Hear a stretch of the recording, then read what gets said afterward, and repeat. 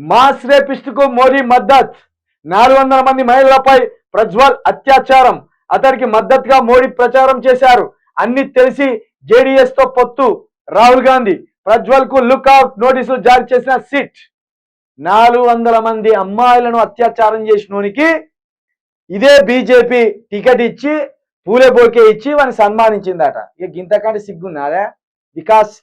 వికాసిత్ భారత్ అంటే గిదేనా? మహిళలను అత్యాచారం చేయడమే వికాసిత్ భారత?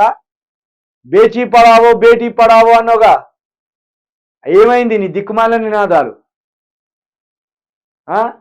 గిదా 400 మంది మహిళలను అత్యాచారం చేసినోనికి టికెట్ ఇచ్చిన ఘనత మోడీకి బీజేపీకి దక్కింది. మనువాదం అంటే గిదే. స్త్రీల మీద అత్యాచారాలు చేయడము, స్త్రీలను అణిచివేయడము, స్త్రీల హక్కులను హరించడమే మనువాదం. మణిపూర్లో జరిగింది అదే, మోడీ వస్తే మళ్ళా జరిగేది గదే. మొత్తానికి 400 మంది మహిళలను చెరిచినోనికి అత్యాచారం చేసినోనికి టికెట్ ఇచ్చి పార్లమెంటుకు పంపే ప్రయత్నం చేస్తాడు.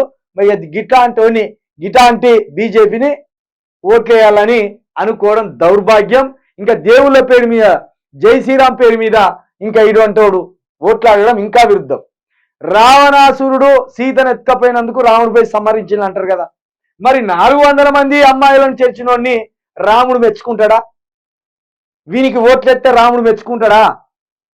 400 మంది అమ్మాయిలను అత్యాచారం చేసినోనికి ఓట్లేయమని రాముడు ప్రచారం చేస్తాడా? రాముడు మెచ్చుకుంటాడా? ఎట్టి పరిస్థితిలో మెచ్చుకోడు. ఒక్క స్త్రీని తీసుకుపోయినందుకే రావణాసురుని సంహరించినమని సంతోషపడతాం కదా. మరి 400 మంది సీత లాంటి స్త్రీలను తీసుకుపోయినప్పుడు రాముడు ఎందుకు మెచ్చుకుంటాడు ఈ పార్టీని? రాముడు ఎందుకు ఓటేయమని అడుగుతాడు? ఈ దొంగలు రాముడి పేరు చెప్పి ఓట్లాడుకుంటాను. దీన్ని ప్రజలు గమనించాలి.